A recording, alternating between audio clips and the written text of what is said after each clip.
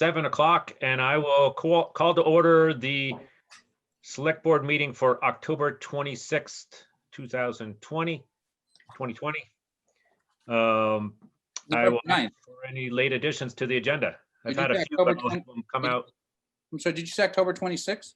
Yeah, you might want to change that. So November 9th. I'm looking at the minute. I'm just reading and I'm looking at the minutes. Sorry. I have my agenda here, the minutes there. Sorry. I'm here to keep things and keep you. We'll delete, we'll start over.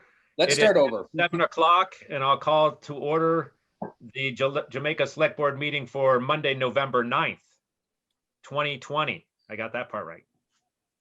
All right, and I'll call for, I've heard there's some additional items, but I'll call for any late additional items. Tom, I'll go you I first. would like to talk about the swap shop up at the transfer station, which is a utter disaster right now. Sounds good. Okay. Add it to the meeting. All right, we'll do that down toward the end after we, we'll put it at 6A. And Paul. Couple of things. I want to talk a little bit about some kind of a public notice, perhaps a letter regarding the cones on Pikes Falls Road. We talked about it in the past, but it's gotten a little bit worse. I'd also like to give you an update on the speed test. I just got the results back on that. And a comment about the Halloween activities, Halloween activities. Okay, that all makes sense. Joel, I just would like to know the progress on where we're going to have that poster up, the select board statement on racism. we can put that on there. Yep.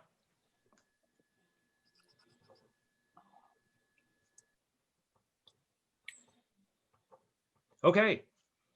I will, Mr. Chair, I have an objection to the last agenda item being added, that it hasn't been on the agenda when the agenda went out. It's just added on now, and no one has any idea we're talking about that. Just We my can objection. put it on for public comment is what I was thinking it'd go at the end as public comment. That's It what I had in mind. It's not, it shouldn't be an agenda item. It should be in public. Well, it was added on to the Both should agenda. be up in public comments. It was just added on to the agenda. I had in mind just the conversation. You Well, should- that's I not will what you strike said it. at first. I will strike it And from. are the- we gonna take put any, it on- we're gonna talk about it, so we're not gonna take any action on it? What's gonna go on with that? No, he asked just to for be an out update in the on the public. status. Public So I discussion. He asked just for an update on the status, so there is no, we'll put it on at public comments. There, I didn't intend that there would be any decision on it. Okay, that's, Nor did I. okay. Thank you. So I'll take a motion to approve the minutes from the October 26th Select Board meeting. I would make a motion to approve the minutes for the 26th of October. Second, Andy, any revisions or comments, any additions, changes? Nope, Sarah, you did a great job. Awesome. Oh, this is an epic. This should be noted that Paul has no changes to the No minute. typo, no period missing, no. Come on. I only half read it, that's why. All right, so all in favor of approving the minutes from the October 26th Select Board meeting, say aye. All right. Aye. Any opposed? Any abstentions? One abstention. You're muted, Jessica. I'm sorry, abstained. So motion, the minutes are approved. And now I'll turn it over to Jennifer. She's from the Brattleboro Development Credit Corporation. They asked to be invited to our meeting. They usually attend in person every year to make a small presentation of what their group's working on. And I'll let Jennifer take it away from there.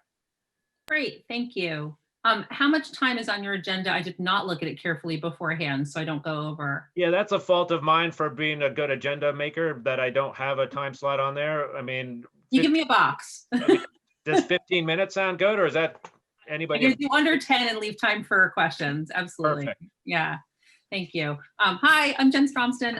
I am the Director of Programs at BDCC, and I like to back it way up. So we serve the Windham region, which is all the towns in Windham County plus Weston, and then 3 towns in Bennington County. We have the same service area as the Regional Planning Commission, and that's not an accident. The regional development corporations, of which BDCC is one, are sort of the sister agencies to the Regional Planning Commission. Sometimes they're actually conjoined in many counties. And we certainly are, work a lot with the Regional Planning Commission because our world is sort of on a continuum of economic development through community development. So a lot of times our projects touch each other, or our services are kind of complementary. So we ask every town in our service area to fund us at $3 per person. We make the same request to every town. We go through varying processes and we do our best to do all the processes that are laid out. And we don't make it through petitioning in every single town, obviously. Last year, 16 towns funded us. The reason we seek funding is it frankly lets us do more than we could typically do in economic and community development without that. And so SevEds, which is an affiliate entity of BDCC, is kind of our more. All regional development corporations in the state of Vermont, there are 12, which cover the state in its entirety, receive $108,000 a year from the state of Vermont to do economic development. And that typically means there's like a guy at a desk, and they're great. But what happened around Tropical Storm Irene several years ago is, folks sort of looked around and said, we're never going to get ahead if we don't do more. And SevEds, in the briefest of terms, is how we try to do more. We raise money, we do research, we try to figure out how to be a little bit more aggressive, a little smarter, and how to leverage the resources we can get our hands on. And so that's kind of the story. I'm going to just put into the chat the link. We just finalized our annual report. I don't know if, I can't remember if Sarah sent this around as well. I will send a printed copy to every town, but we just finished publishing it digitally last week. And that gives a little bit more of an overview of everything. I am not going to try and tell you about everything that we do. I'm going to tell you about some things that are timely right now. And then I'm going to also just give you a sense of like organizationally what we've been trying to do in terms of balancing doing normal programming with all the COVID relief work that is much more urgent and sensitive to folks. So the time sensitive things are that we have a couple of events coming up that are trainings. All of these would normally blessedly be in person and wonderful. We're doing everything virtually at this point. So we have a program for succession planning for businesses. The 70% of the businesses in America are owned by boomers, who many of whom would like to retire and don't have a plan. The vast majority don't have a plan. And so we're focused more and more on succession planning, both on helping people figure out how to exit gracefully, but also trying to identify more buyers, more younger people who would like to take on that business and help that person retire. So we have an event coming up in early December. That's for sellers. And then we'll have another event coming up in early January. That's to help buyers who may or may not already be ready entrepreneurs become ready. And so that's part of a program that we're putting on this year with help from USDA to really focus on succession planning in small businesses of all size, but especially small businesses. Another thing that's going on is we have our Southern Vermont Economy Project, which is what Sarah Lang, who should have been here but is ill, actually runs. And that does a lot of capacity building and training and workshops. We have a funders roundtable webinar this Friday, knowledge bites we call them. We do 1 or 2 of these a month. And the point of the funders roundtable is to try to get as many Vermont funders together focused on our region, at least once or twice a year, so that they get to know more about, you or your community and your community's projects, whether it's a library or a nonprofit in town or something. And we want them sort of building more relationships because we know that that's really key to getting more resources into the area. And then following that, starting, I feel like in 2 weeks, is our grant writing training. We did it in person last year. It was oversubscribed. We mix it up a little bit this year, but we just get terrific trainers and we cover everything from like how to build a budget to how to administer a grant, sort of how to build your pitch. And again, these are for they're for local projects. The point of the Southern Vermont Economy Project is to just really help more local stuff get done, because frankly, a lot of the regional economy is built at the local level. So those are two time-sensitive things. You should have had a postcard about that. Everything's on our website, of course. So I'm going to sort of back up to, those are like two normal things. We try to run programs for small businesses, for communities all the time. We run things for workforce and trainings. But COVID has been for us really, oddly, because we've been working to build capacity to do more targeted actions in the economy, we also, when COVID hit, had the sort of staff and the wherewithal and some of the technical knowledge to be able to administer some programs. So we have been repurposing staff and frankly onboarding some temporary staff, including one of my favorite people from Jamaica, Kate Harris, actually is a good friend of mine, to help with these programs.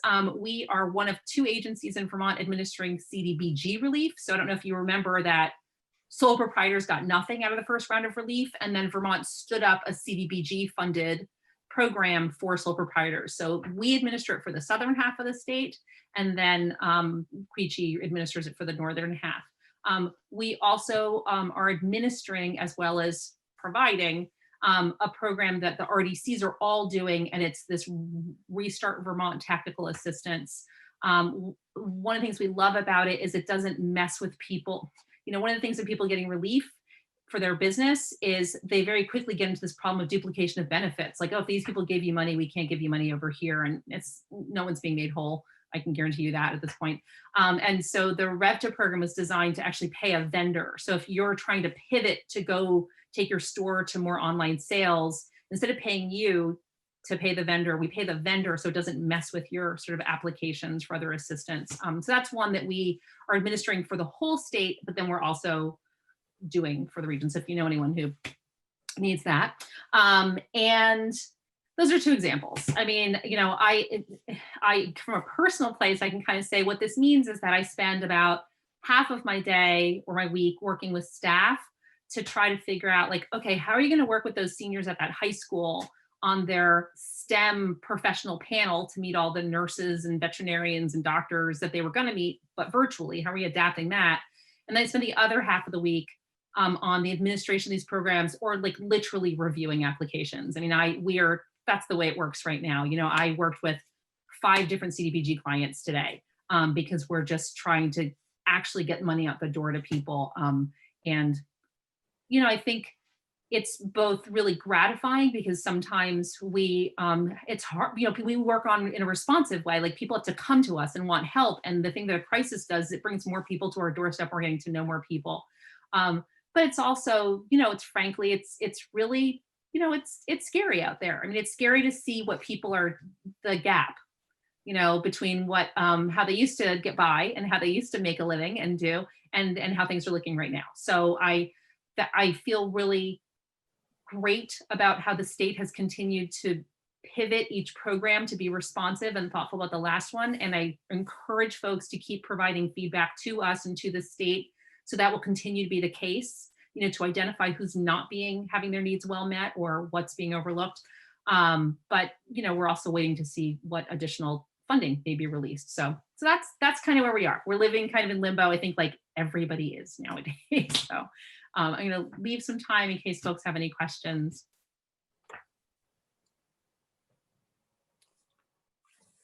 I have one. Hi, Jennifer. I'm Paul. Hi, Paul. I have tonight I got a copy of the things that you sent out. Yeah.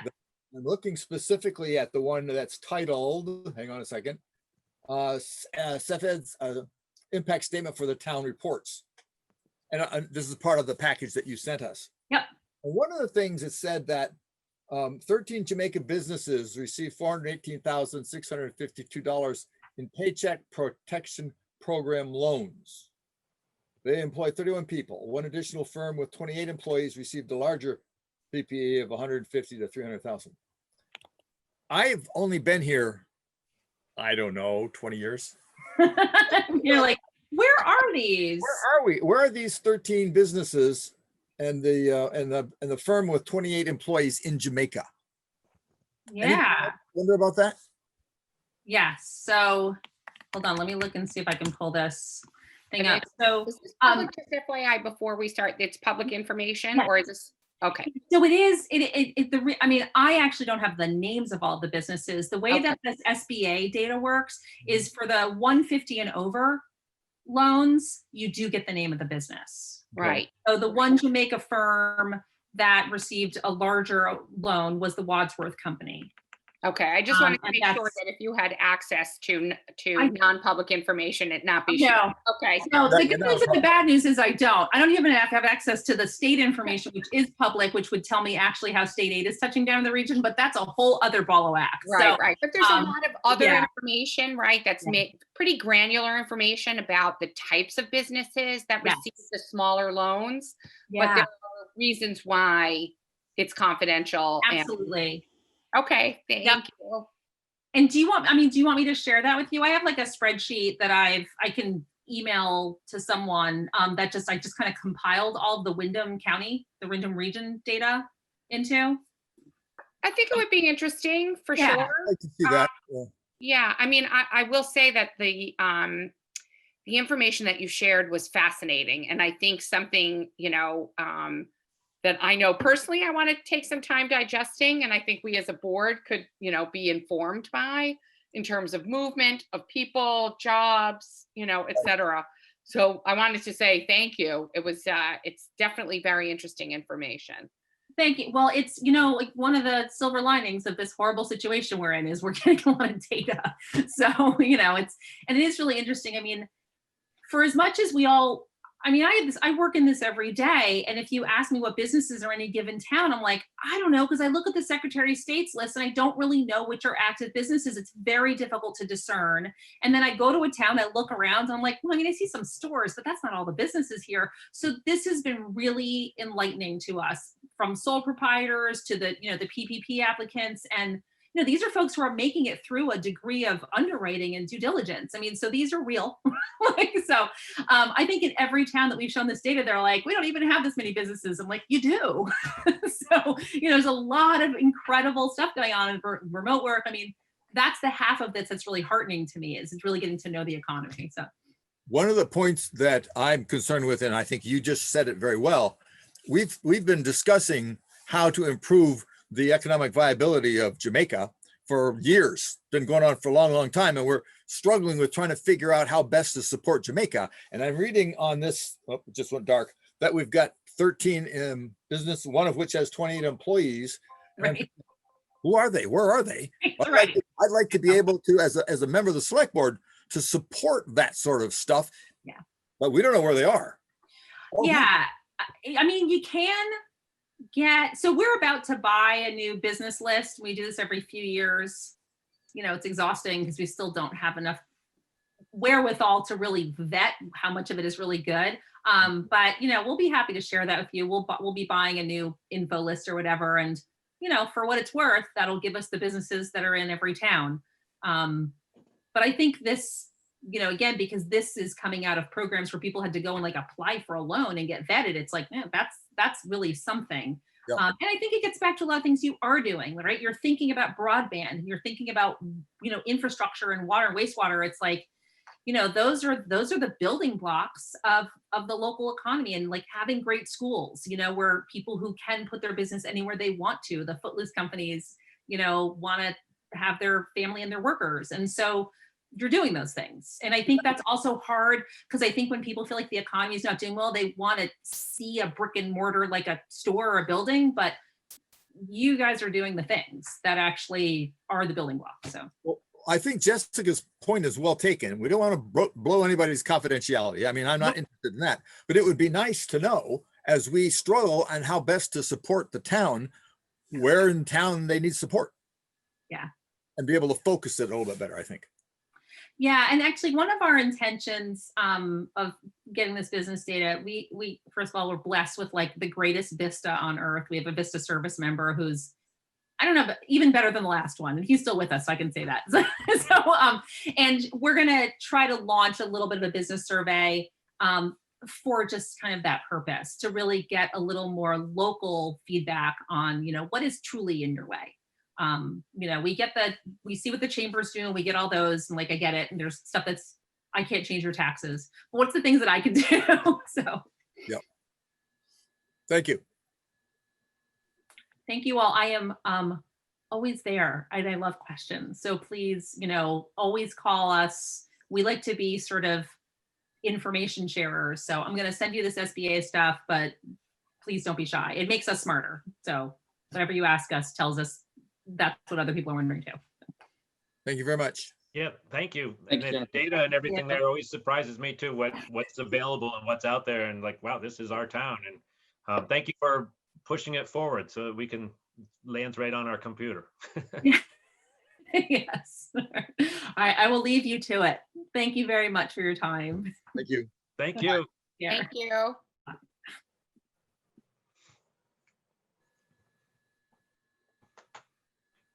All righty. On to number 4, discussion and set date for the VTrans local concerns meeting. So last week or a week ago, I guess, a little over a week ago, Laura Stone sent out an email to me saying that they were pulling together one of their steps, and this is for the bridge going over to the West River to the state park.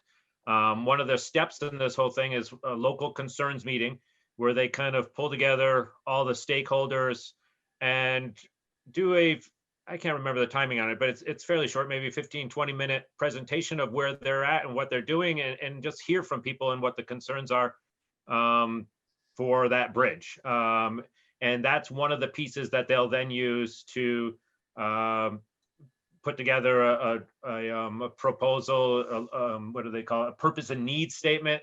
And from that, along with the engineering and all those other things, design, will come out a recommendation of what the next steps are, what the bridge looks like, which would be, she estimated, later next spring. So the first thing, they would like to get onto they recommended or asked that it be part of a select board meeting, that we call in local residents that are, the people that are players with the bridge, for the bridge, state park, obviously the residents over there and things like that. And then they will, do their dog and pony show. I guess the first part of it is to get onto a meeting agenda. And I kind of threw out there, and I'll welcome any other feedback, but I threw out there the 14th of December. It's a month from now. It gives us a little bit of time to get the word out. The other piece to this too is, since it is a town bridge and not a state bridge, we're required, or it falls on our plate to do the communication side of it. I guess they do have some templates of letters and things like that. But it gives us a little bit of time to get that information out there, and keeps us ahead of the holidays as much as we can. I'm guessing that we may not even have a meeting at the late December, and then we're off into January already. So, but that's it. That's kind of what I know, and I'll open up for other discussions. That sounds like a good idea. It's as long as their discussion, their presentation fits into the timing. And usually these last meetings in December, we're catching up with stuff, but that sounds like a good time to do it. Are we going to plan on having a meeting at the 28th, the last Tuesday? Well, that's what I wasn't so sure of. I don't know that we would, but I didn't want to really try to put something onto that agenda if there was a chance that we wouldn't have one. Well, that's the only thing I'm thinking, because this will take a few minutes for them. If the agenda is thin enough, that's not a problem. But if we're trying to cram stuff in before the end of the year, that will be the last meeting before the end of the calendar year. Yeah. I think the issue there, though, is people travel. People aren't, and granted, this year's a different year. If people are caught up in the holidays, they don't want to come and say, oh, we want to go to a special select board meeting, or come to a select board meeting to talk about a bridge 3 days after Christmas. I just don't see a lot of people getting that engaged. I think No, the 14th is a better. Yeah, I don't think that we would have the meeting on the 28th. I'm talking about a select board meeting on the 28th. Right, I'm just saying, but if this agenda item was put on that select board agenda. I wasn't thinking of that. Oh, okay, I'm sorry. That's what I thought. If we got too heavy of an agenda on the 14th, where could we push those items if we needed to get something done before the end of the year? I guess coming at it from a different angle. I did Right. not look to see what our last year's December agendas looked like, to see what was on there as topics. We obviously have budget coming up, but that's always a separate meeting. Yeah, those will be separate. Can I just add something? Hmm. At the Wyndham Regional Transportation Committee meeting today, and Joel maybe can help me out with this.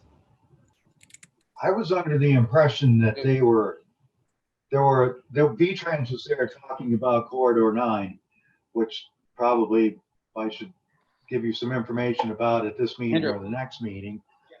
My sense was they were just waiting for us to set a date, and I thought they were going to give us an informational meeting.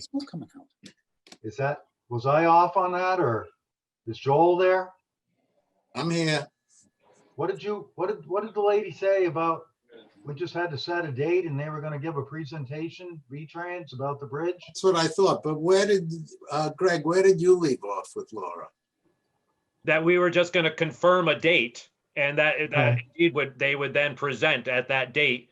And then Right. they asked to have, the local stakeholders be part of that presentation. Partly to see the presentation and partly to ask questions.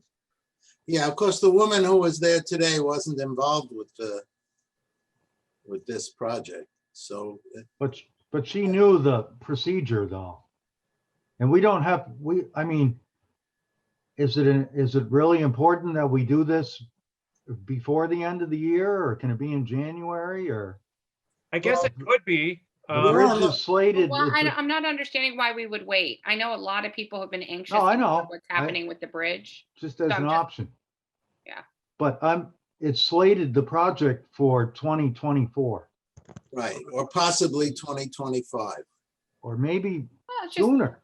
Who knows? right. I just think, I know I get questions about it a lot. So if we could push out the fact that there will be an update from VTrans in a I few think weeks. What's been missing for a long time is that we should continue pressing them. That's the only way it got this far. And if we let them know that we don't care by not commenting on it, then they'll assume we don't care. So I think it behooves us to put as much friendly pressure on them as we can. When is it going to be? We're ready for it. Whether or not it's going to be Christmas week, that's probably unlikely. Yeah. Right, so. Yeah. That although it's an wasn't the impression I was getting from her. The impression I got was they were like eager to do this presentation and just wanted us to set a date. That's what I Right. understood. Okay. Right. They're not putting us Now we off. can I have wasn't multiple getting that today. presentations. Right. I wasn't looked- getting any sense of being put off by them. But you weren't speaking to the people who are doing it. And I don't think we're being put off. But,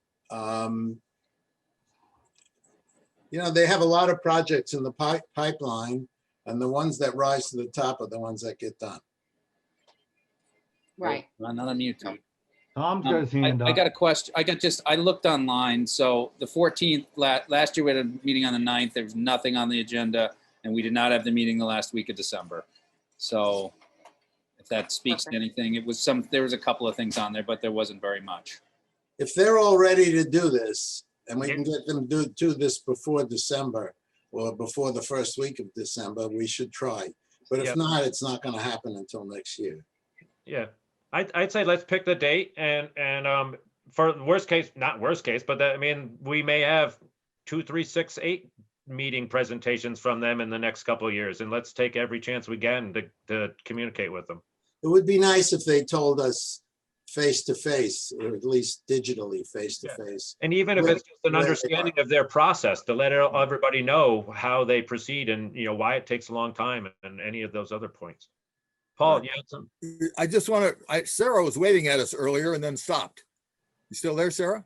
So, Sarah, did you have I was just gonna say exactly what Tom said. I Yeah, checked the okay. minutes. The Oh, meeting was perfect. very Yeah. light the end of December last year. so we're having a meeting December 7th, correct?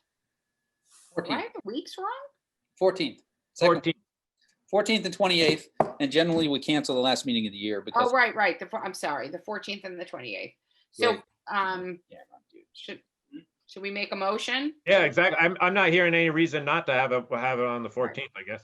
I make a motion that we have the VTrans presentation at the select board meeting on December 14th, 2020. Second, Second, Sure. Any other comments? All in favor? Aye. Aye. Sure.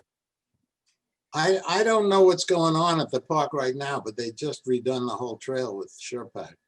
So I don't know if that's the park department fixing the trail or the Army Corps doing repairs or getting ready to do them. hold it. Are we voting or what? We voted. or what? it's I'm done. sorry. I guess I rushed the vote. I didn't leave time for comment. Joel doesn't have once we make it, Joel can't comment. He's not on the board. No, but I mean, Paul has got a similar thought. It passed quickly. It's just that the motion is we can't vote to have it. We can vote to invite them to come. Yes, Good point. And I'm not even sure we need a motion. We can just Yeah, I don't think there's a send to the motion. meeting. We didn't have a motion to invite. No. Seth to the meeting. I so- thought that they were just looking for a date so they could come. Exactly. That's So- exactly it. No, we have a date. We From have, what I heard today, that's what it sounded like. yep. Right. Even though that lady isn't the lady. Are we that's all gonna be okay there. with the 14th as the date? Yes. That was the main point. Yeah. Yes. Yes. Yes. Andy, you But good with? to the meeting, 14th? Sure. and somebody else wants to take this on the 14th, unless somebody else wants to take lead on this, I will get back to Laura and tell her the 14th works fine. And then what falls back onto our plate is to get the communication out to wherever it needs to go, into the newsletter, website, papers, mail, those types of things. Right, this isn't it isn't a special meeting or anything, right? No, it's our regular meeting. All right, Real quick, Greg, just Yep. a suggestion. Establish with them how much time they need rather than trying to figure it out after they get on camera. For the amount of time for a presentation. Yeah, how much time they need. That way Told me you've got that. what you can do ahead of time. She has told me that, and I don't have it right in front of me. It's within the 15-20 minute range. It's not huge amount of time. I always used to like to get it ahead so we had some idea where the parameters were. And it gives them an idea where the parameters are as well. Right.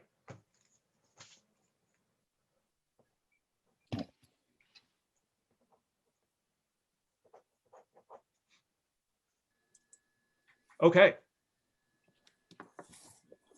So the next item here on the agenda was to discuss the next steps and the updates on the fire alarm ordinance. It's been brought to my attention.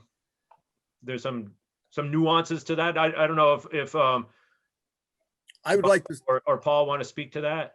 yeah, I would like to request that we move it to the end of the agenda for tonight and make an executive session.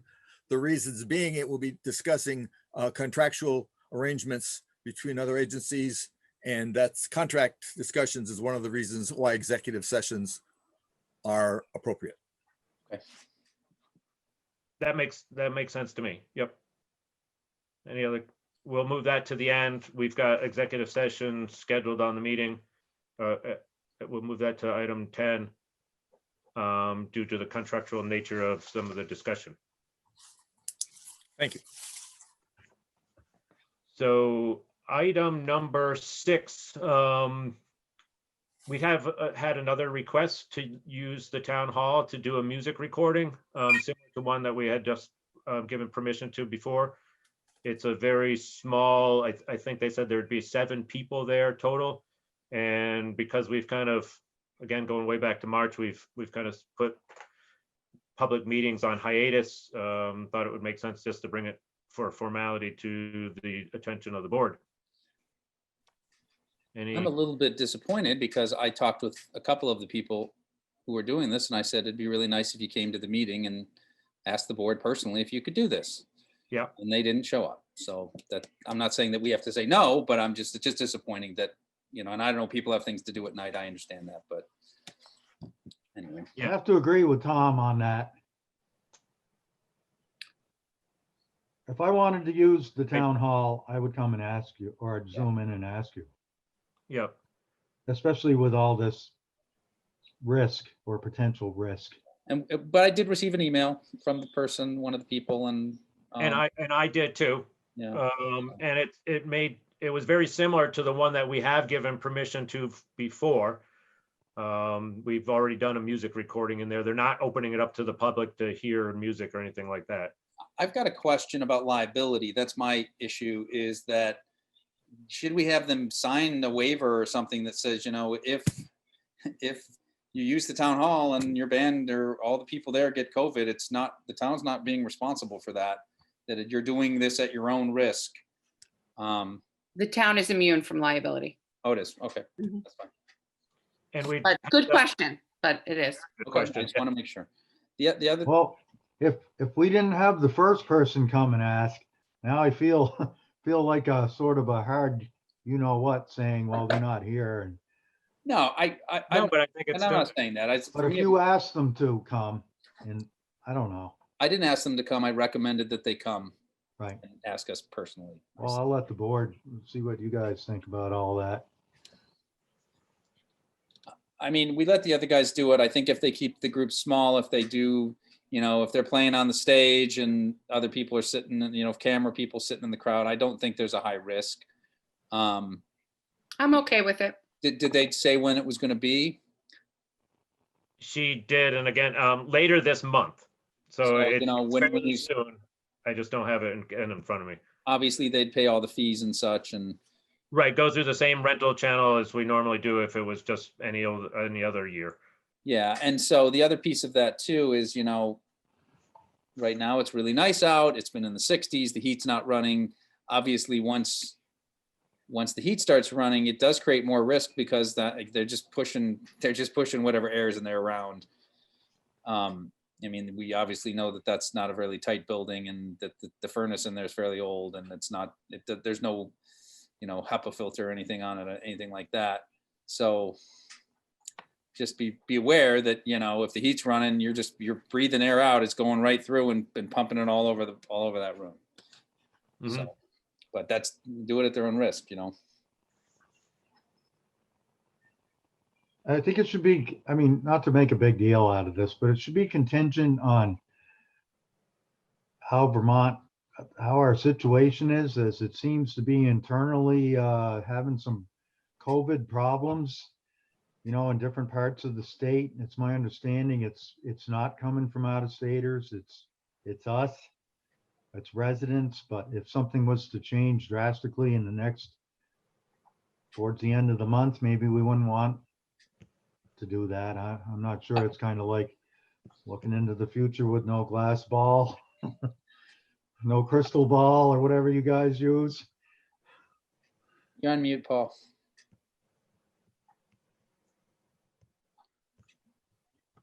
You're on mute, Paul. Oh. Can't hear you, buddy. I got you now. Sorry about that. The question was, do we know where they're all coming from?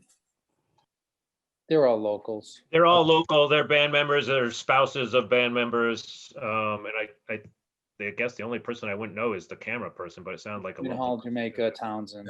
Yeah. But you don't know for sure what the date is. I guess that would be important for Sarah to schedule in case there's something else that would conflict.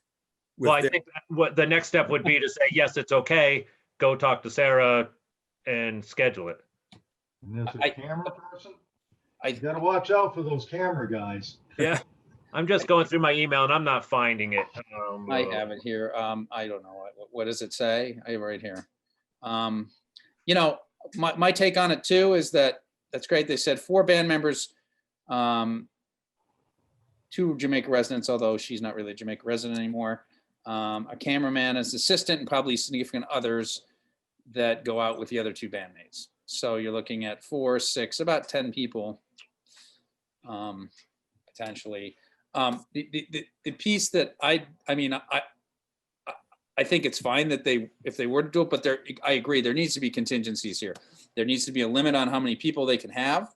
So maybe you say, well, the significant others aren't going to be there. You know, it's only the band and the photographers.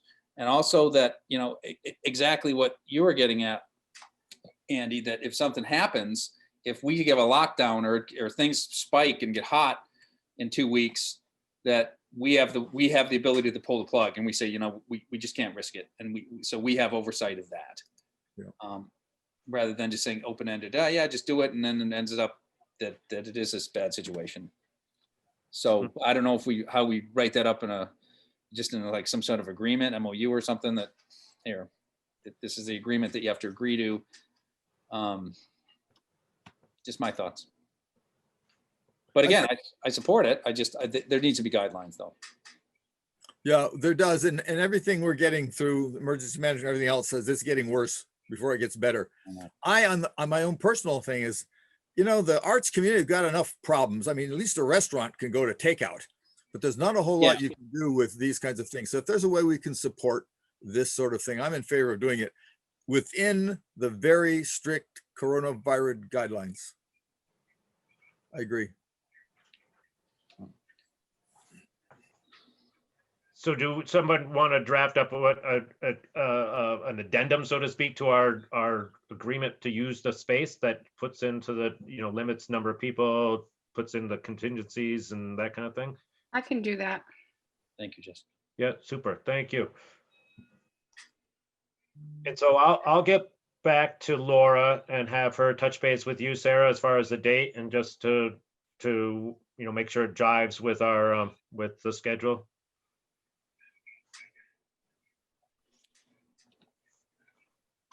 No, that she heard you.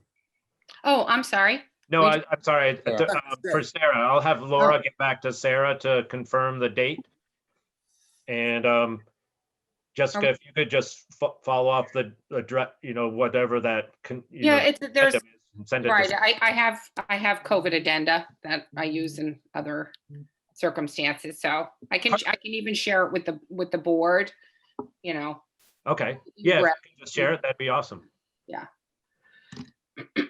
Make sense. We don't know the date, Tom, that they want to use the town hall. I can look at the letter again. Where is it? They 11/21, 11/22. So it'd be that Saturday and Sunday before Thanksgiving. Yeah, that's fine. I can send something to the board this week. Okay. Probably tomorrow. The only thing is I don't have the actual base agreement. Is it on the website, Tom? Yes. The agreement? It is? Okay. Yeah, it is under town hall, I think. Okay. I don't know. Perfect. Town services, town hall. And then under town hall, there's a form at the bottom, town rental form. Perfect. And Perfect. Yep. Do we need a motion or want a motion to authorize this, I guess? I move to authorize the rental to, what is their name? Do they have a name? Luminous Crush. Luminous Crush. That's right, of course, to Luminous Crush. But contingent upon them signing the contract within a COVID addendum. Yeah. Second that. Any other comments? I'll wait. Comments? No. All in favor? Aye. Aye. Any opposed? No. Thank you. All right. Now on to a couple of the add-ons. Tom, you brought up the swap shop and the current status, steps, state, whatever. Well, I've been cleaning up my house. I've got a lot of nice stuff that I'm just getting rid of, and the swap shop is packed full right now. And I know Dan periodically perhaps goes and cleans it out. But it really needs some. Yeah, it needs you can't even walk in it right now, basically. Right. And so I don't know. I mean, obviously that's part of his job. I had a resident who was not volunteered, says if they'll pay, $50 a week or something, or $50, that person would go in and clean it up. So, I mean, but just it's, there's stuff in there that no one's going to take.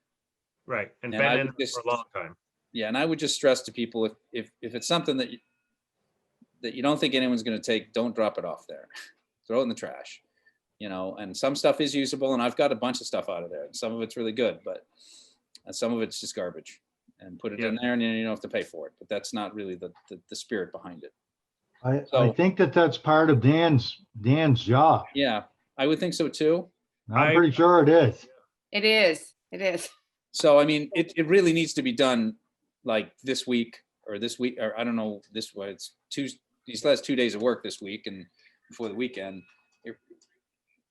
Yeah, it needs I didn't, a huge truck to back up to it, get it cleaned out, and then a very, he needs to have some very strict attention on an ongoing basis to say, this can go in there and this can't, and that's the struggle. I agree, and I mean, I drop a lot of stuff off. Stuff I drop off, I always feel is reusable, that people might want it.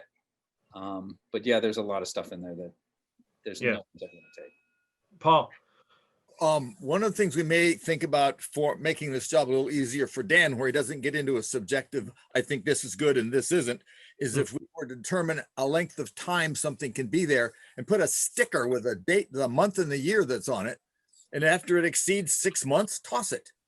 Or a maybe, year, toss it. maybe a sticker for a week.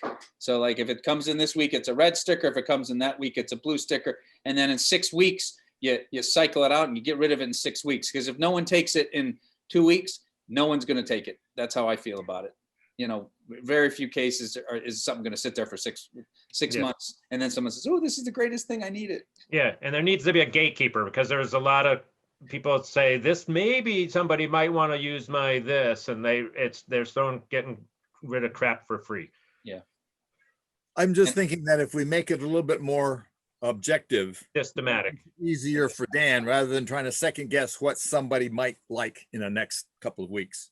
So, I mean, I think that's a great idea, Paul. And I think you could get stickers, 6 colored stickers, and then, you know, you red, yellow, green, blue, purple, whatever. And then when you get back to red, anything that was red gets thrown out. Makes sense. Some way to make it objective to take the subjectivity out of it. I Yeah, agree. 6-week cycle. I think it's a great idea.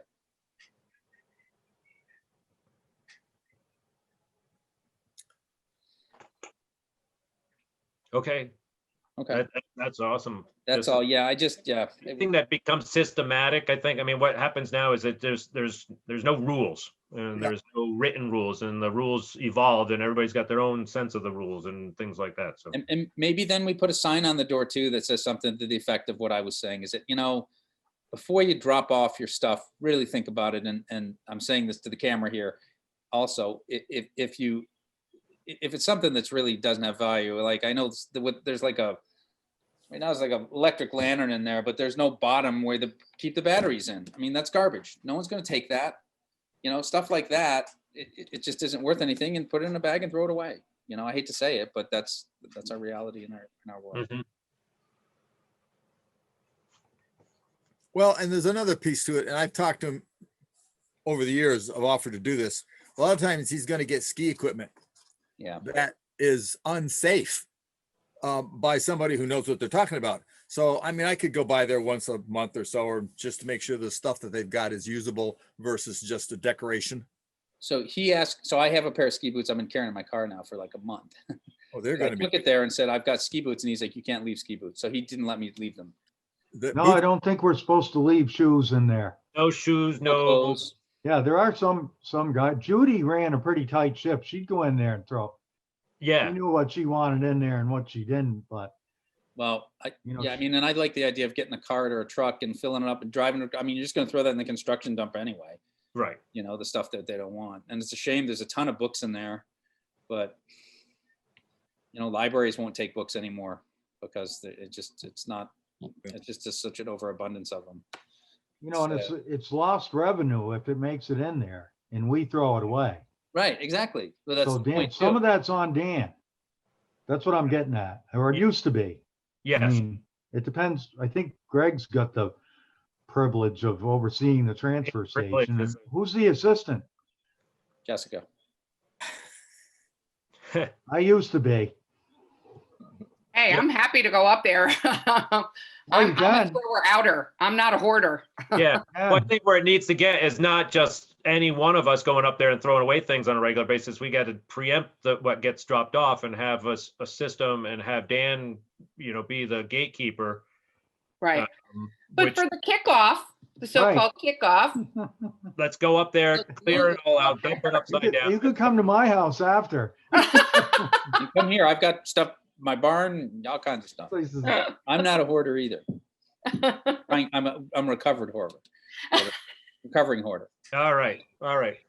Well, thank you. I mean, it's a good point. It needs to be attention, and I'll let that fall right back on me as being the representative for the transfer station. Thank you, Greg. We'll try to get our hands around it, and Dan and I or anybody else welcome to go help, and we'll figure out some time to clean it and start over. Yeah, I mean, I'd go up and help. I mean, like I say, a bunch of stuff in there. I think we need a reboot. Yes. Yep. Okay. Next thing on the agenda here, Paul, you brought up the speed test. There's a couple of things that kind of connected to that. We got a letter from Laura? No. Anybody. The results of the speed test were not available, but they arrived today. And they did the speed test on Pikes Falls and South Hill, none of which are particularly remarkable. If you look at the one that's on Pikes Falls Road, which I'm pulling up real quick, it shows that the volume, a number of vehicles per daily average is 222. Average speed, 25 miles per hour northbound and southbound. The 85th percentile is 29 miles per hour north and south. And the percentage of vehicles over 30 is like 12% total, but it's like 11 and 13, depending on whether you're north or southbound.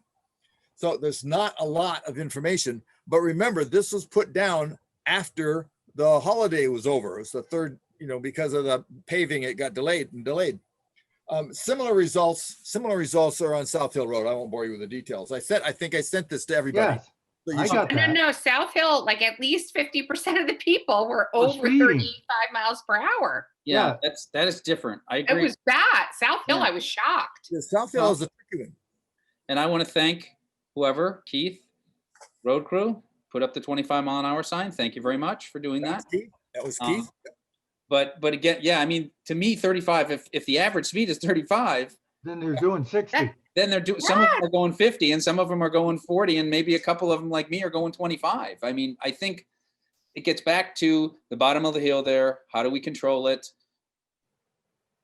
It's difficult to put a speed bump. It's difficult to put the rumble bars. It's difficult to put, this radar sign because you don't have the line of sight or whatever. But I think we need to consider what we can do there.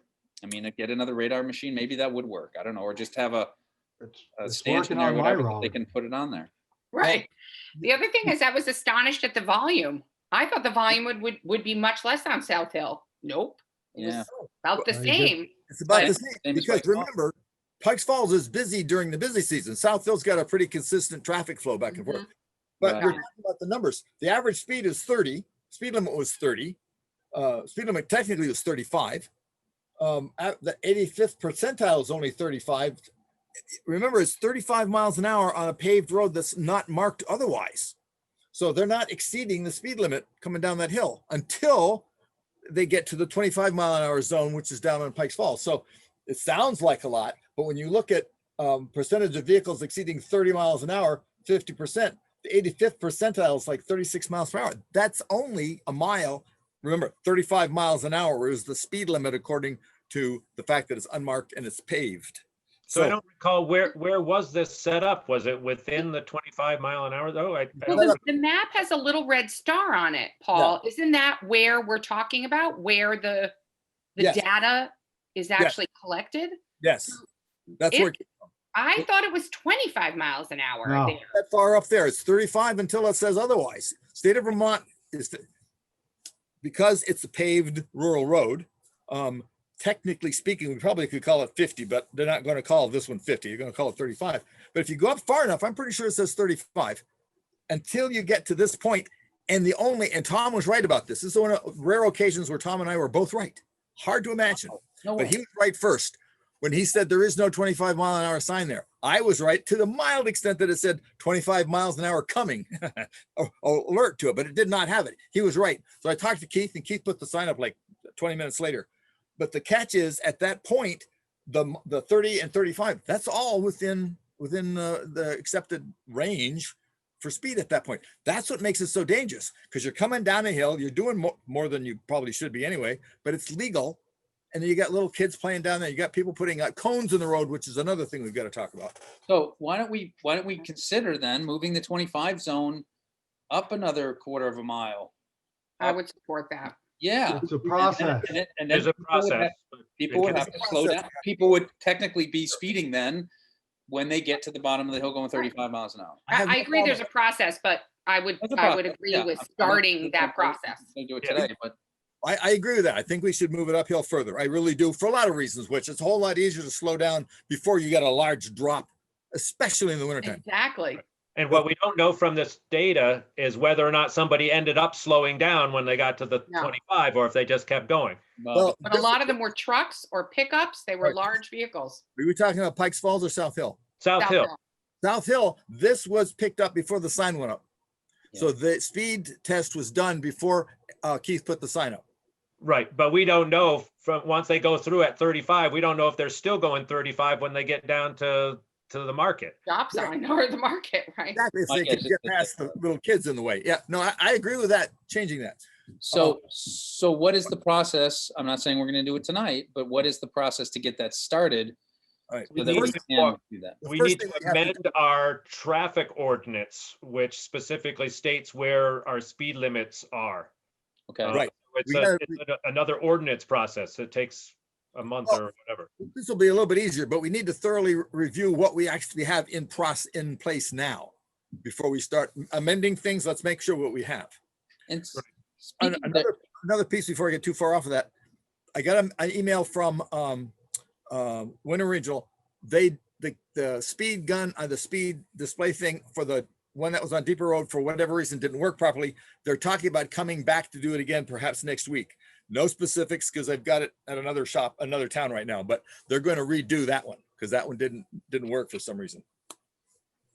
So, but you're right. I think that should be slower coming down there. Absolutely agree with that. We just need to make sure we do the process correctly. Speaking of ordinances, Speaking of ordinances, Charlie Hatt was gonna be working on a new traffic ordinance for us, or parking ordinance or something. who was? Not? Did we We not? never asked him, did we? So I don't know if anyone's talked to him, if he's been working on that or not. So just, I've communicated email regarding some other overall ordinance process, but not specific to. any remember one. he had volunteered to do that, and then Yeah. we at the board, probably 2 or 3 meetings ago, said, yes. Regarding, Go ahead and do that. He could work on it and work with us if he wants to, but he was gonna come up with a framework and modernize it, and then he was gonna deliver it to us, and then we could change it if we wanted to, and then we could, to go through the process of the 60 days and all that kind of stuff. It was the parking thing related to Hamilton Falls, right? I don't Parking remember us related to asking him. Hamilton. When Yeah, it's did I couple miss weeks that back. meeting or? I don't think, there's one of the ones you missed, yeah. It was back. Came out of the discussion around Hamilton Falls and that there was really no town ordinance that we could Exactly. apply to people when they were parking up there. Right. Well, And he volunteered to draft something. Right. right.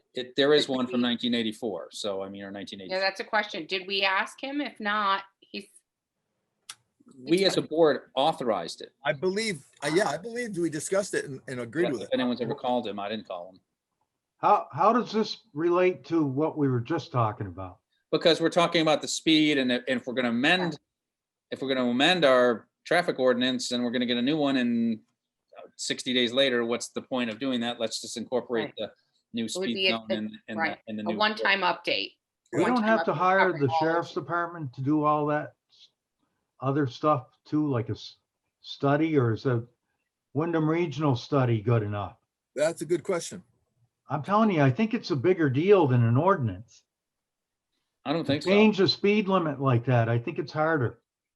There's more to it, but I don't remember if it requires the speed test from The the, reason I say that is the sign across the street from my house, it said 15, and that wasn't correct. It was 25. It couldn't be lowered to 15 correct. legally. We Okay. put it up. I mean, that was before I had anything to do with the town, but it Right. said 15 for a while, and then we had to put the 25 back because they couldn't enforce that because it wasn't legal. Paul, there- Well, there's definitely there's that different kind of rules. thing. We can't just change the sign with, I don't know. No, No. agreed. There's definitely, but it's much more difficult. I mean, we can't change a speed limit on a state road. On a town road, the select board does have authority to do that. There are guardrails. And one of the reasons why it made sense to have Charlie kind of advise us, give us kind of a framework and rough draft of a revised ordinance is because he's painfully familiar with those guardrails. But yeah, agreed. But it's not as difficult to modify a speed limit on a town road as it's just not possible to do it on a state road. And on that topic, just for you guys' information, because this has come up at me a couple of times. The South Hill Road is not a class 2 road. It's a class 3 road. And that's why the money for the class 2 improvements doesn't apply to South Hill Road. And that's why when people are complaining about us not doing the work we did on the Jamaica side of the highway of the South Hill, we didn't do it on the Wardsboro side, is because we're paying for it out of our pockets. It's not a class 2 road because Wardsboro does not agree. They do not want the class 2 road going through the middle of their town. So years ago, this is a battle we did back in Irene. Years ago, they said, we don't want to make it, we don't want a class 2 road going through. And the definition of a class 2 road is it connects 2 towns. And they didn't want to, they didn't want to do it. So that's part of why we couldn't pave the other side with government money, but it's also, I think, going to be melded into what we can do for speed limits and that sort of stuff, because it's class 2, class 3, not class 2. Just more crap to throw in. Yeah. Well, there's some experts out there, and maybe we have, I mean, I'm just throwing out some ideas. One is that we could have Charlie dig into it a little bit more. I think he's an incredible resource, and then bring us back something. Or we could have, Lexa in combination with the Wyndham Regional and, that slant, just to come forward with a proposal or what we need to do. I mean, because none of us are the experts on it. Yeah. I mean, those are just a couple ideas. I don't know if we want to take action and authorize somebody. I mean, Let's see what Charlie's got already, because he was talking about doing this some time back, and maybe he's at a position now that could be, we could benefit from where he is now, as opposed to starting all over again. I like to know what we've got work. Okay. And if no one ever got hold of him, maybe he doesn't even know. So he's just. Yeah, hasn't I started thought he was on board. I thought he said I thought yes. he was too, but I thought so too, and I don't know if it was left in my court. It may have been. I know he and I have talked about lots of other things, including adoption of other ordinances and transferring and reclassification of town roads and all kinds of subjects. So he's a wealth of knowledge and information. We could ask him again on this. Tom, did you want to, or I can for sure? Because you can. I'm really busy lately. Okay. Not that you're not. I'm sorry. No, that's okay. No. I mean, I have been going back and forth on a couple of things with him on that. Can I just ask one thing about South Hill? Okay, where it turns to Wardsboro, is that why it's a 25 up there? Is that why they didn't want to change it? Where it turns into Wardsboro. Yeah, Wardsboro posted. It goes right to a 25 on the border. I'm not sure Jamaica exactly. and Wardsboro. I'm just a thought. Close to the And then- border, but I'm not sure precisely. Are we sure with the data that we have that we want to, what do we want to do? 25 all the way from Wardsboro down into the village? No, just the top of the South Hill entrance into Oh. Jamaica. Somewhere up the road, maybe half mile up or a quarter mile up. Or even where the farm is, even where the horse farm is. Start slowing Okay. people down Well, there rather I than guess you slowing already, people I guess you down. said that before. Yeah, at the bottom of the hill, because literally that sign's 20 feet from the bottom of the hill. So people are just gotta flying make down, sure- and even if they started slowing down, they're not going to be at 25 when they hit that. They're not gonna make it. Just, we have to make sure that it's in concert with the existing directives before we move a lot. Right. And if not, then we'll fix the existing directives. Now, that study recorded north and south, both sides, right? Yeah. Are people going like hell? I would think they'd be going faster up the hill, to be honest with you. Definitely, yeah. Let me check real quick. Both. It was both. Have I got the same email that you were looking at, Jessica, or did he get Doesn't something say- it new? doesn't say So up- if So if you, up on it's South the yet, though. second slide, Northbound, and If you look at speed, there's total, there's northbound and southbound. Okay, I have that. So the differential was pretty small. I would agree. So if you look at it, more than 50% Yep. of the vehicles were speeding northbound versus 45.2% southbound. But in my mind, while that is statistically significant, they're both unacceptable. Well, they're pretty unacceptable by the time you get down to the bottom. Exactly. I think Right. that probably, again, this is after most of the traffic because the holiday was over. But But still, percentages are percentages. It could be, Yeah. I mean, if it's half of a smaller number, which is better, but half of, Right. it's still half. Yeah. It's still Yep. pretty crummy. Yep. The other thing I wanted to kind of throw out there, and it's kind of, I think it may, I don't know, just throw it out there. We're still kind of waiting to hear back from the state, and I don't know Yeah. why it's taking so long. Terry's trying to figure out why we haven't gotten any kind of approval on where we can put them on Route 30. But what that means, the upside of what that means is that we still have 2 signs that aren't anywhere. And maybe we go put one of the flashing electronic signs up there somewhere, just as you're coming into the 25 to draw some more attention to the fact that slow down. And as That's quickly as we put one in, we're going to get the okay from the state within 20 minutes. Yeah, well then, but we also talked about moving them around at some point. So then maybe we move some of the one off of Pikes Falls and put it up there. So Well, we buy one more, you Or know, we buy one more. $2,500, guys. It's And- not $500. It's more like 2,500. 2,500. 2,500. Yes. Yeah. Yeah. So I mean, when you look at the safety issue there coming down that hill, I I think agree with moving it. Yeah. slow it yeah. down. I agree too. I think that's a good idea in the short term, and then potentially looking, and if we have to wait till next year to buy another sign, then we budget for it for next year. But Yeah. I think that's an area that does get a lot of speed through there. yeah, and if nothing else, we can go put the foundation in right now before the ground Yeah, freezes. And yeah. then we got a place to put it. I think it's a great idea. Risk of being slightly controversial, we have a giant roads budget. Just when you sort of look at its position in our overall budget, if we can't find $2,500 for a speed sign, I think We'll we need save to roll a up couple our sleeves. truckloads of dirt somewhere. I would Yeah. say it's a giant budget until we realize how many hundreds of thousands we just spent on South Hill Road. I agree, but I've also looked at it closely and I leave it at that. I just Sure. think, We'll be looking at the budget in a couple of Yeah. weeks. yeah, I will, yeah. All right, so if I may, on the same topic of safety, now we're getting a little more specific. I've been kind of fussing around with these cones in the middle of the road on Pikes Falls Road at the bottom of the hill when you come off before you hit 30. I understand that when the kids are out there, they put the cones out to try to slow traffic down. I got to understand that. But now they're leaving the cones up. I came out in the dark the other night, I came home and the cones are in the middle of the road. And then I got a call today and kids are playing out there with their skateboard, I mean, their whatever they're playing on. Scooters and skateboards and things. Scooters and skateboards. How does the board feel about a letter to the occupants of those residences between Route 30 and South Hill Road explaining that they cannot put cones in the road to interfere with the traffic on a Class 2 road? I think the sheriff's department should tell them that. The sheriff's department doesn't control that kind of thing, I don't think. Yeah, there's obstacles in the road. It's against the law.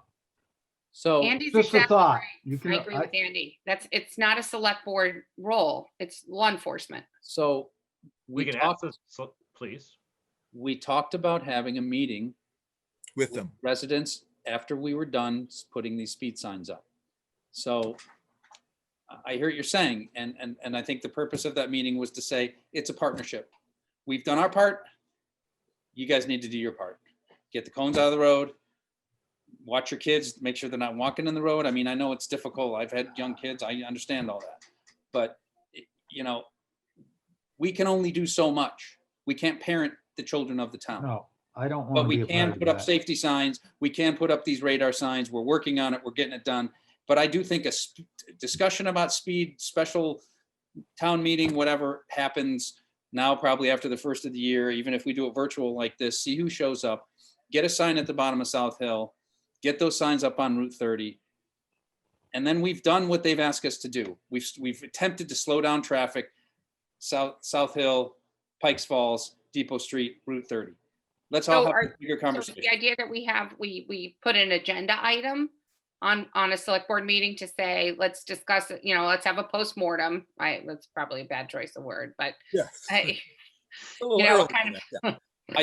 I think we had wanted to have a special meeting because not Well, that's percent okay. Joel, most people don't come to the meetings.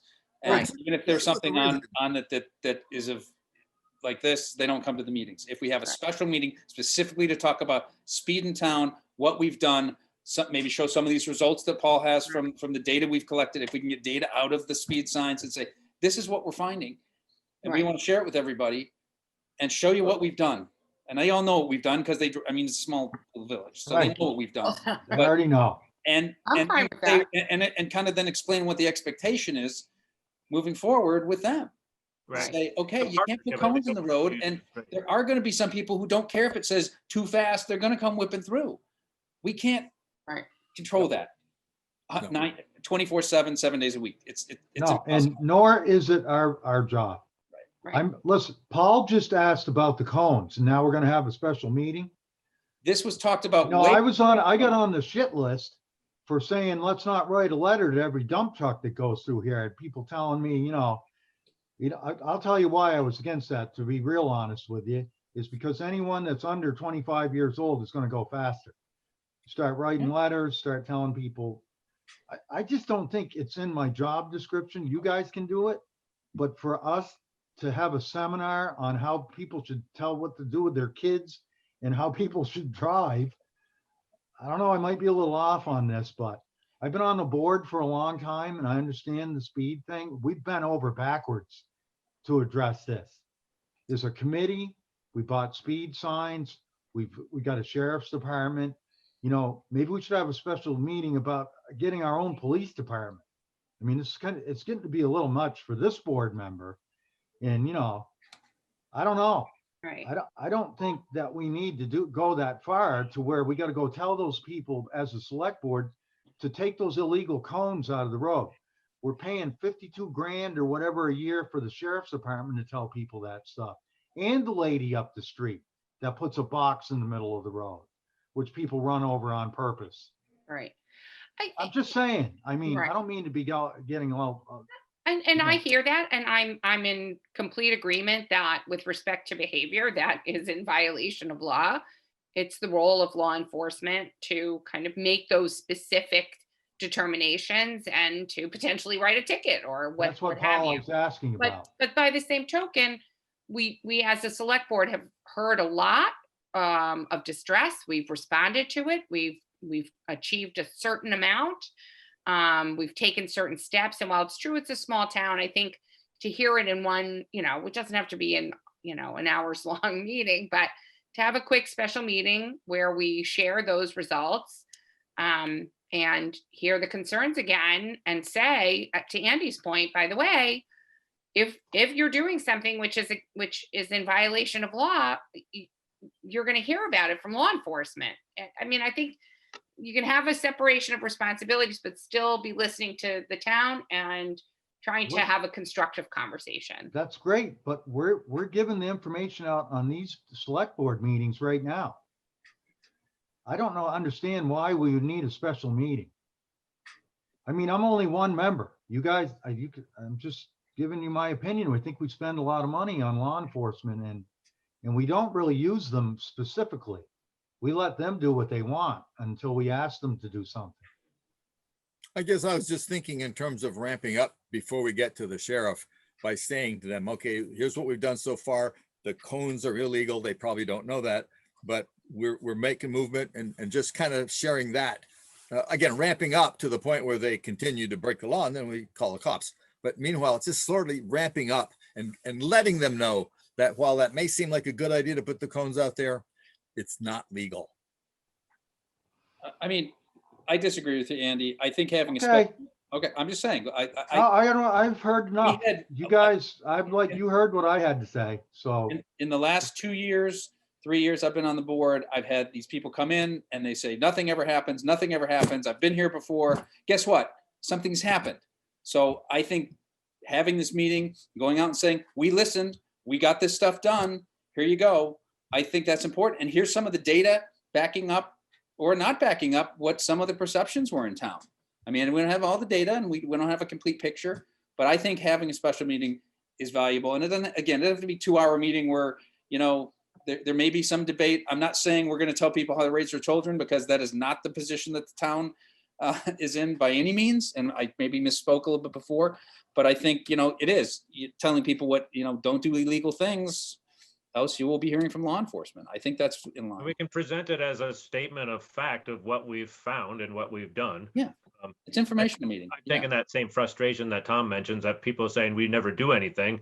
You know, I mean, I know we've done a lot, not only on this issue, but everywhere that doesn't get recognized. And this is maybe just a part of bringing it to people's attention. That's what I feel too. Brings it to their attention as a special meeting. And as we know, when we had the special meeting about the graffiti, a lot of people showed up, a lot of interest. We talked about all those things in select board meetings. No one ever showed up, or not. That was different. That's different. I'm Whole not sure. different animal, whole different subject.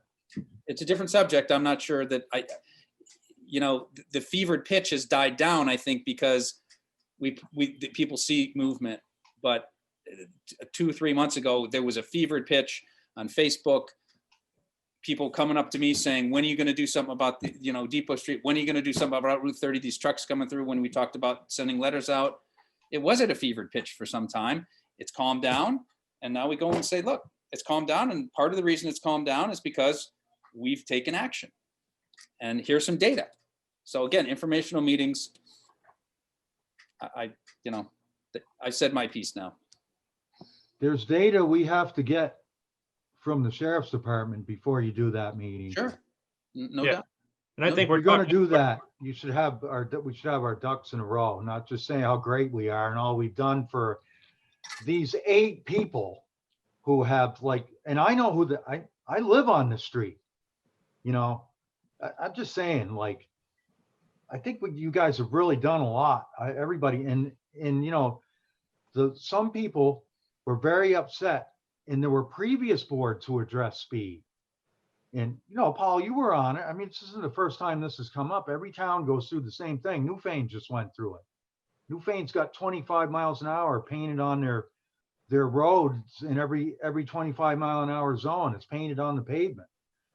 But, you know, it'll die down, then it'll pick up again. If you want to have a special meeting, go ahead. But this special meeting subject came up from Paul asking about cones in the road. And I said, call the sheriff's department, tell them to take them out of the road. And that parlayed into this big meeting. Well, the meeting was, we had talked about doing this before, Andy. Okay, It's something that But was talked listen, about but before. right now, Yeah. right now, that's how this discussion happened, was from Paul asking about, should we write a letter telling these people to get the cones out of the road? And their kids. Yeah, well, the kids too. But you're right, Andy. I'm reflecting back on how we can ramp up now that we've done something without calling the cops right.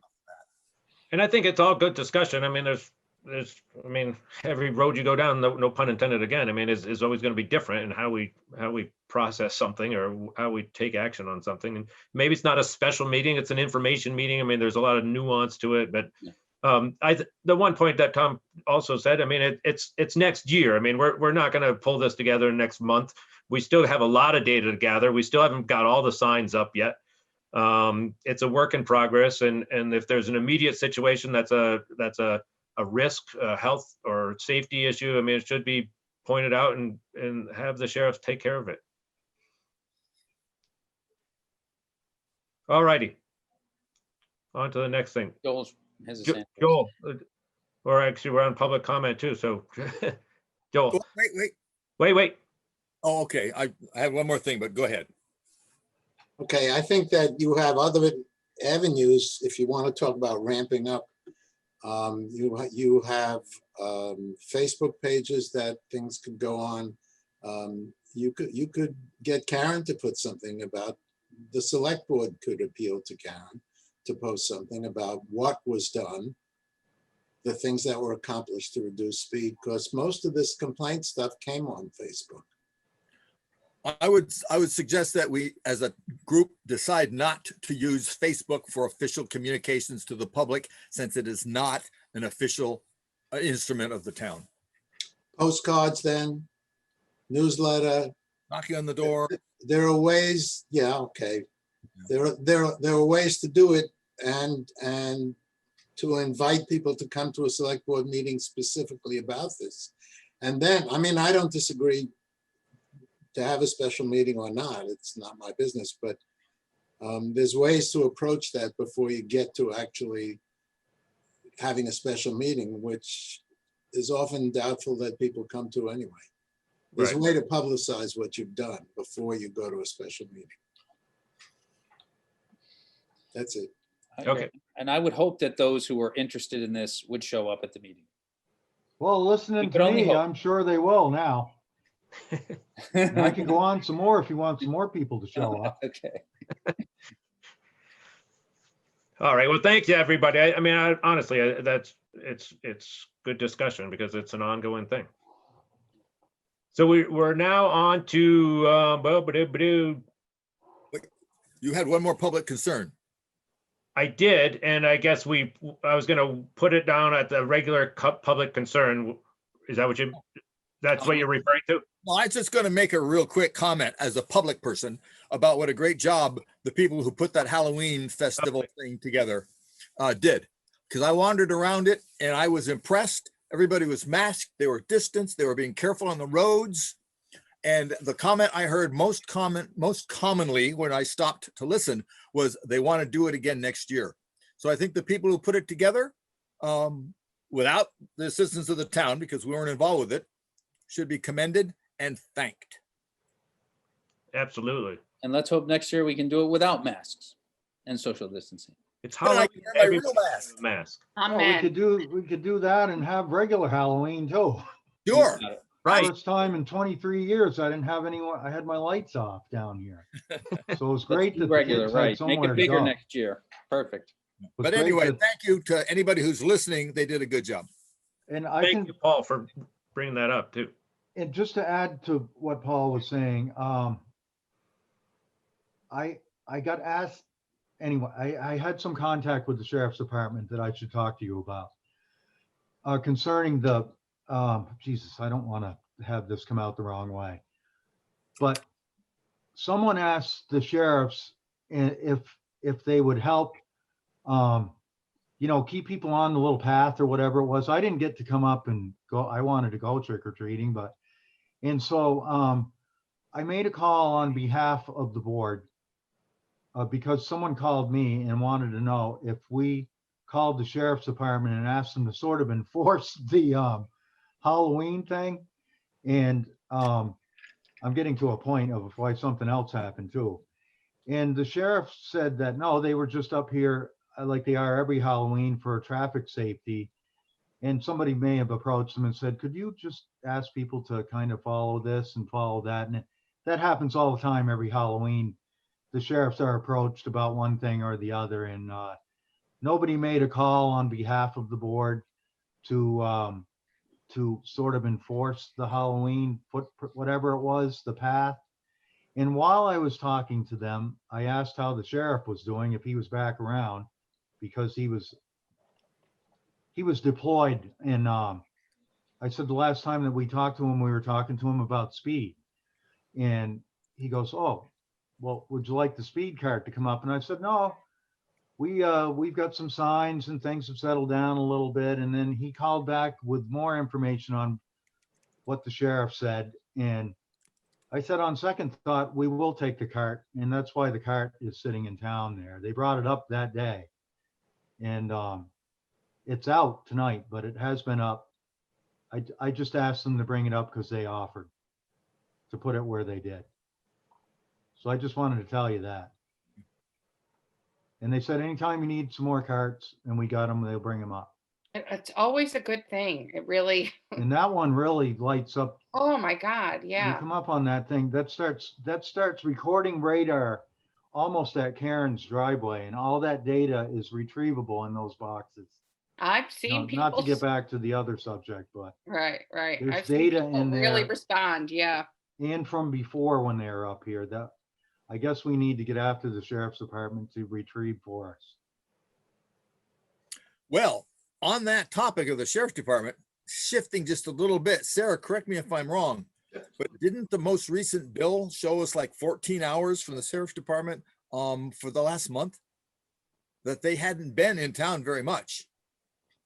Do you remember that? I just was talking to Terry about that. I didn't look this week Yeah. meeting. Okay, just something that showed up. Go ahead. Terry did say it was less than they're supposed to be here, but I didn't get the exact amount of hours that they were actually here. But she did say it was less than it was supposed to be. And they sometimes Go up and down. reconcile where you'll see two cruisers here all week and they catch up on the hours that way, I've noticed, but in their contract, we don't have, it may say 8.5 hours a week or something. That doesn't mean every week, technically. Right. You know, not in their defense. It's just I'm reading the contract. An But average they never, Yeah. last year they owed us 10 hours and they put it on the front end of the new contract and, you know, made up for it. But Yeah. I it does- noticed they brought, every- I asked them why, I asked the sheriff, how come there were no fines getting written? And then the next report we got, there was a couple thousand in fines. But I don't know if it had anything to do with that. The squeaky wheel. Where They told me they didn't write any fines because nobody was speeding. But anyway, I The didn't need statistical likelihood Oh. of that is basically zero. too much information there, but anyway, that had to do with the Halloween thing.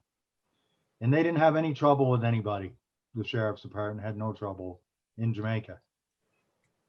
Good. That's Yeah, good. Bob, I see, we're kind of delving off a little bit since we're on this, on the sheriff's. Go ahead. Yeah, just my observation on Halloween night too. I purposely sat out in the parking lot of the fire department just to see how traffic was coming in. If you know, if I had to take people, make sure they parked out back and stuff. But I observed the cars still coming off the hill at a pretty good rate. And thank God the cruiser was parked down at the post office. He had his lights on and he was mainly there as a crossing guard across people across the street. But there was still a number of cars that came down and I didn't see their brakes lights go on until they were on the bridge. So it's going to be imperative having those lights out at some point, those speed limit signs with the lights and stuff on it. So again, even with the cruiser there, his lights on, they knew they could see him from advance and they just weren't slowing down.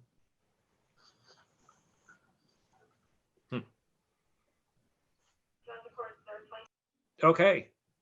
So I guess we're trying to keep where we're at on the, I know we've got some public concern, but we also, just to tick off the, there's, I think, Paul, maybe you brought up something too that was on the time sheet or Oh, and the pay orders. the pay orders, right? Yeah, there's a pay order. I won't take the time to find it on my computer, but there's a problem with the heat in the vault in the town hall, I mean, the town office. Apparently it's been out for some time. Sarah can say how long, but Roy Coburn was over there trying to find out what was going on. So there's an item there for like $720, which was him spending like most of the day trying to figure out what's wrong with this thing. And apparently the water flow isn't flowing where it's supposed to, either because there's a separation in the pipe or a crunch in the pipe or something. They haven't figured it all out yet because we haven't dug up the floor.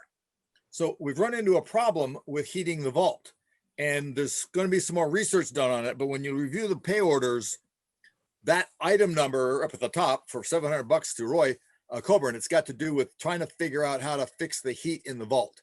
Absent the heat in the vault is in the floor. It's radiant heat in the floor. Right now, Sarah and I guess all the players are using an electric heater. Is that right, Sarah? In the vault when they're doing work there, but you can't leave it on because that vault's supposed to be fireproof. So we've got to maintain, at some point we may have to dig the floor up to find out what's going on, but just be aware that's what that extra $700 we didn't plan on came from. Okay. Unless Sarah wants to add something like a shiver. No. Nope. Anything else? I only worry about the books because they're the land records and it's always been heated, but Terry said other vaults are not heated. So I really don't know if it's safe or not. Just gotta stay dry and keep the humidity out, I think. Right, that's the key. I can tell you there are many, Sarah, having done title searches in frigid rooms. Yeah, many of the vaults are not heated. Anyway, that was, Oh, okay. give the heads up what's happening, and that's Well, what that's that. good. Okay. Well, thanks for being on it, Paul. If there's anything else, if people review and look at the timesheets or the pay orders, I'll probably go down later on in the week to sign off on them. If you see anything, let me know. And now on to item number 9, up public concerns. And Joel, I'll have you bring up the question on the banner. Okay, we did talk about having a banner and it seems to have disappeared, and I just want to keep that alive. I think that the select board, and I know many of the townspeople would like to see that. Yeah, and I So- can update a little bit on it, because I've talked to Karen a little bit, and she's was kind of taking a little bit of a lead on just trying. We were back in our special meeting back in August. We had decided to help identify a location to hang the banner, and I mean, at this point, we haven't been able to determine a location. VTrans had said that we are allowed to hang a banner across Route 30 or a state highway if it meets certain specifications, and you're allowed to fill out a permit and have it there for 21 days. Talking to Green Mountain Power, we cannot hang it from the power poles. So there is no location to hang the banner as of now. So I mean, obviously, we still want to keep trying to find a location, but we haven't been able to. What about the church? I mean, now we talked about it. I know the church isn't the town, but has anyone Yeah, talked to and someone at the church? that's a matter of them, I guess. I mean, if Who did I talk to? Ray? Valentine? I- Who the person? I mean, we don't have a permanent. Pastor Pete is the acting pastor. I don't think he's a permanent though. I don't Who runs know the church? any of the people there. I mean, I know that Ray Valentine is big at the church. I know that Bob Johnson's big at the church. Let me call Bob up and see if I can start a conversation. Yeah, I think we're all happy to hang it somewhere, Okay. but there just hasn't been a spot. Let me talk to Bob. We talked about putting it on that bulletin board in front of the town hall. We As can't a- do anything at the town, on the town hall, though. You could do it on the bulletin board, but you can't, and that's the statement. We can't put anything on the town hall. Yeah, I was thinking we're talking about the We're talking huge, about the the banner, but 3 he's by talking about the 20 foot banner that, Right. Oh. Is that what, I may owe somebody an apology. Is that what Joel said in the beginning? Did No. he say the banner or the poster? Said the poster. Oh, okay. No, I'm all for the banner. I was wondering, actually, I was going to bring it up where that is, because at the special meeting, I said I was all for the banner, and Tom made the motion to get it up here, and so yeah. So is that what Talk you're about- referring to tonight, Joel? The banner? that's not what I heard to begin with. I didn't think, but You're muted, Well, Joel. I'm all for the Joel, you're banner. muted. I think a banner would be a great idea. I would favor that, but I also suggested that glass covered or plastic covered bulletin board in front of town hall. What's the objection to that? And that would be to have the statement that we've posted on our website, to post that same statement there. So totally Exactly. different statement than different wording, 2 different things. My memory is we voted and we passed that. Did we not? We No. could- I said that I would make a poster and that we would get that bulletin board fixed because its leg is not doing well. Correct. It's been bad shape. Yeah. Yeah. Right, and So we that was at a subsequent meeting. We agreed on the statement to post it on the website, and I don't think we agreed anywhere else to put it. No. Not We certain did. of that. I thought when I, No, we didn't. okay, I'd like to look at No, the, I don't think you agreed on okay, it. okay. You Yeah, didn't vote on yeah. it. Joel offered to make the poster, and then Right. we just kind of left it at that. Right. And Karen offered to get it fixed. I mean, I would help them also to get the Where stand, would- where to would get the be? banner fixed? no, to get the casing, the case fixed. The case is, the leg fell off the case and it's got, Oh, that's right. That's right. Okay. the screw, okay. the door has problems too. Right, We right. had some work done on it. Jamaica Community Arts actually did that. We had it fixed and then something happened. It fell over. I don't know if the plow hit it or something. I don't know. And right. it's accessible. It could always have something for a show in it. and then taken out and restored to the statement. So it's not something that's cemented up. Is this going to be in lieu of or addition to the banner that you were talking about? That's up to the town. Two separate things. I think we've already agreed on finding a location for the banner, and we'll continue that on its own track. Tom's gonna look into seeing if it can be something that puts up, if we can put it up on the, obviously it's up to the church if they want to put it there. To the church. And if there's any other options that come up to put it over the highway somewhere, that's great. But as of now, there are none. So Well- now I think a separate issue is what we do with if we want to do anything with the Town hall. sign in front of the town hall. All right, so the adjacent, the adjunctive position on the banner was we agreed to look for a place to put it. I don't Right. remember agreeing for who was paying for it. I don't know if cost ever came up. That's mean, my, it would- Joel said he would make the sign. I said I would make, That's a separate We're thing. talking about two different things. Two different things. if you want to make a banner that goes across the street, it's probably going to The be, banner already exists Right. Right. that go across the street. It was supposed to come here like months ago. Do the we- banner? I haven't found a place Yes. for it. We could have it for Yeah, but three, we we just could wait have to it for put it up. 3 weeks. You could have it for 3 weeks at a time. Who does it belong to? who has it? Brattleboro. It Brattleboro belongs to the somewhere. West River, there's an organization, West River, and it's eluding me now, the woman Right, they had said- spoke at the meeting and offered up access to the banner. So if it can't go on up GMP poles, that I get. There are trees on either side. I know, for example, on our property, there are 2 trees.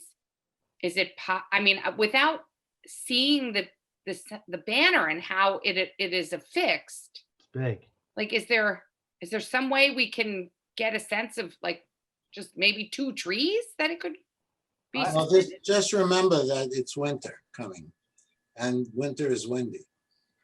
So it has to be a pretty stable. Let's see if the church can hang it on the side of the church there. Yeah, Keep it up there for 3 weeks if they'll allow us to do that and that stuff. Let's pursue that before we start Okay. talking about trees and stuff. And that's my opinion. I agree. Okay, Yeah, and now a separate conversation point. Or if we want to entertain it, or we can move it to the next agenda item.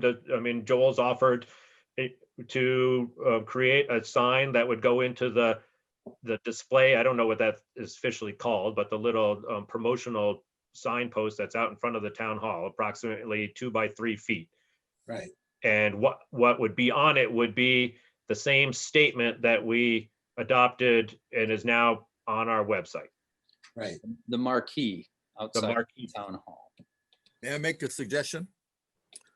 If you're going to put something in that small of a space, you ought to limit the number of words, or it's going to be scrunched down and nobody's going to be able to read it. If you're going to put something up there permanently, why not put the same words that you have on the banner? Absolutely, Vermont- possibly do that too.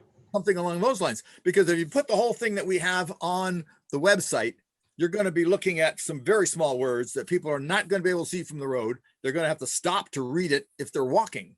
So I don't it's think there'd be anybody could read it from the road, no matter what's on there, right? perhaps not, but at least that would be potentially visible for a minimum number of words. The more you put in there, the less likely it's going to be read by anybody. That makes sense. Okay. Okay. Can't hear you, Andy. Andy, we can't hear you. Come this way. Lean to your right, Andy. Hey, Paul. There you go. Tummy. Hey, handsome. No, I'm getting tired. Yeah. We had voted on the banner, so we just gotta find a place to put that. Right. I know you don't want to hear it, but I saw it hang in Brattleboro. It's huge. It goes across, 2 lanes. It's got 4 cables, Yeah, 4 cables on it, and needs to be stretched tight. So I don't know if it'll hang on the church. I imagine it's pretty heavy, but I thought it was gonna go pole to pole, and I didn't really think about how we would, how we would fasten it. So that's a problem, but we did vote to do that. And so Maybe Sounds it'll, like our first step is to check with the church to see if that's viable, if it Let physically me can. do that before we all get down the rabbit hole. right. You talk with those guys, see if they're even interested. I'm sure they will be, but let's see if it's even feasible. They have a statement on the side of the church already, They I have one. think. You got it. So. Okay. Okay. That's good. All right, so we're not gonna take up the other putting anything on the town hall. No, I'm- Perfectly fine if we don't, I mean, but I Even think I'm it's not frankly against that. straightforward to put something there. I'm open to it. I'm fine with I'm that. open to it as well, but if Joel wants to make the, I don't know how much work is involved, Joel, in you making the statement and printing it out. And then it's ready to go, and then we can vote at the next meeting or something. It's not as much work as being a selectman. Okay. I ask, could you draft up what each of these things would, take the statement that's on the banner and take the statement that's on our website and lay them out and roughly say, if I did it to the size of that marquee, the letters are going to be 1 inch tall or something. Is that what I'm hearing from everybody? I think whatever it is, if nobody's going to read it driving by anyways. They're going to have to walk by there. And 1 inch tall is not very big. no, I know, but would you be able to fit it all on there? Or maybe that's too much detail and let's put it on the agenda for the next meeting. I don't want to keep passing along. I think I don't want to do it unless you want it, and if you want it, I'll design it. right. As the Grinch of the whole lot, because you know how I am, I like the idea of the statement that's on the banner about Vermont doesn't grow hate or whatever it is a sufficiently real crisp statement. Think, yeah. Succinct is the better word, that can go on that sign that people will be able to see and read, that doesn't get involved with all the other stuff. And as bands come up, we can stick something over it and take it down, and we've still got a permanent statement that I think we all agree on. You're talking about the statement that's a select board made. And No, the No. statement that's on the banner. what Hate is it? doesn't grow on rocks or stone or something Yeah, like it's that. not growing Vermont's rocky soil. Yeah, Right. that one, because it's What fewer Tom words, but I said. think they can be more readable. You're just putting forth the feelings of the town, and it's certainly adequate to do it that way. Yep, I would agree with that. I support either one. Yes, I support either one also. Tell me you want it and tell me what you want Readable, in English. Tom, preferably. Tom knows what it says. I'll send you something, Joel. How Okay, about that? I have your email. okay. Thank you. All right, thank you. Thanks, Joel. Okay, We ahead. now, who's got, so were any other public concerns? I've had enough. Good night. Good All night. right. Thank you, Joel. So now we're going to move into executive session to Oh, discuss God. the fire Yes. departments. given the topics, would put the town of Jamaica and the Jamaica Volunteer Fire Department, the premature general public knowledge would clearly place the town of Jamaica and Jamaica Volunteer Fire Department in a substantial disadvantage. I'm making a motion that we go into executive session, Second, something like that. second that too. All in favor? Aye. Anybody? Aye. All right, So I make a motion now to go into executive session. I second that one. okay. So Right. moved into executive, do we vote on that? That's the question I always have. Yes, we do vote to go in. Need to vote. We Okay. don't go vote to come out. All in favor of going into executive session to discuss the fire department? Aye. Aye. Any opposed? Any abstentions? No Yeah. abstention, but one thing, to let Sarah know that we will not probably make any kind of a decision within this meeting that needs to be recorded. So she probably doesn't need to hang around. Okay. Once- I am turning the recording off now, And That's Sarah, what I I'll was keep gonna track of the ask. times in and out. pausing it rather.